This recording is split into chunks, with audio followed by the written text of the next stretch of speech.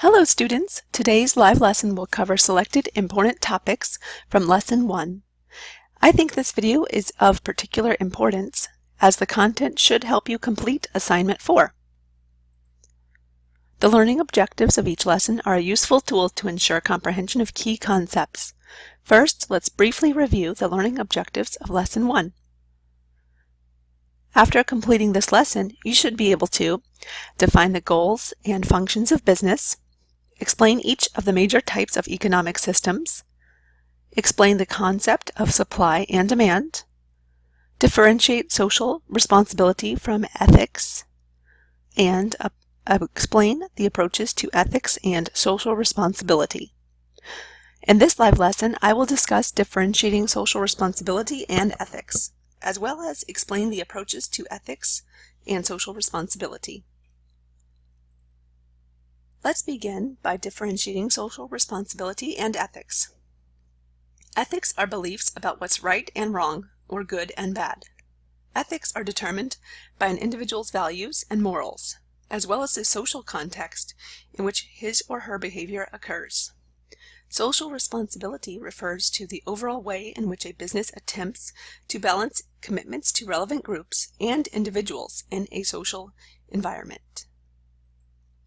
People develop a personal code of ethics reflecting a wide range of attitudes and beliefs.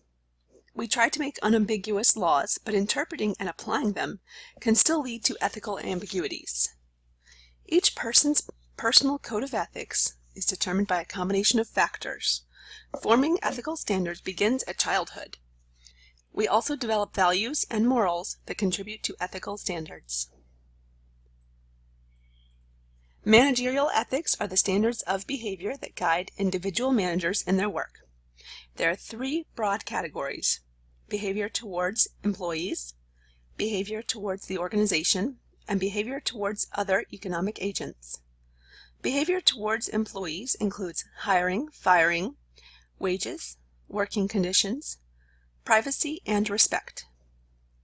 Behavior towards the organization can include a conflict of interest when an activity may benefit the individual to the detriment of his or her employer.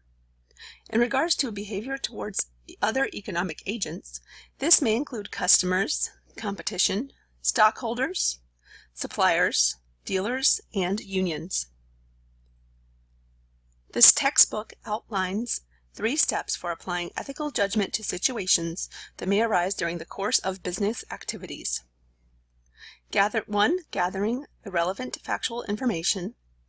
2. Analyzing the facts to determine the most appropriate moral values. And 3. Make an ethical judgment based on the rightness or wrongness of the proposed activity or policy.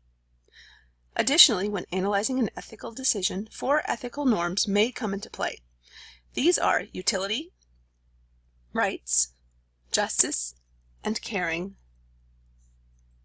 The stakeholders' model of responsibility concentrates on 5 main groups: customers, employees, investors, suppliers, and the local communities. This model helps an organization address the needs and expectations of these groups.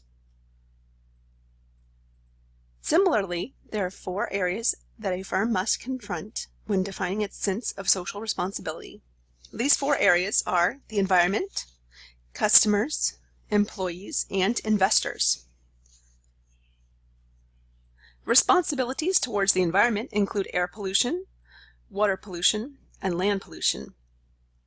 An example includes how American Airlines handled some hazardous materials packed as cargo in passenger planes. Responsibilities towards customers includes consumer rights, unfair pricing, and ethics in advertising. For example, collusion occurs when 2 or more firms collaborate on such wrongful acts as price fixing. Responsibilities towards employees include legal and social commitments. Discrimination and whistleblowers are 2 related examples. A whistleblower is an employee who discovers and tries to put an end to a company's unethical, illegal, or socially irresponsible actions by publicizing them. Responsibilities towards investors include improper financial management. For example, insider trading is using confidential information to gain from the purchase or sale of stocks. Our final topic is approaches to social responsibility. There are 4 stances covered in our textbook, ranging from the lowest level of social responsibility to the highest level of social responsibility.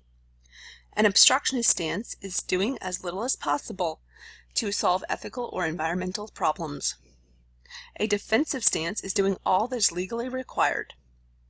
An accommodative stance is meeting, and in certain cases exceeding, legal and ethical requirements. A proactive stance indicates a sincere commitment to improve the general social welfare. I have included a video from Professor Michael Porter explaining how businesses have the unique ability to solve social problems. I have also created a small Check Your Understanding section, similar to the online presentations, to help you verify your comprehension. You can review the answers on the next slide. Thank you for watching today's video. Please reach out to me via the chat room or email if you have questions. Have a wonderful day.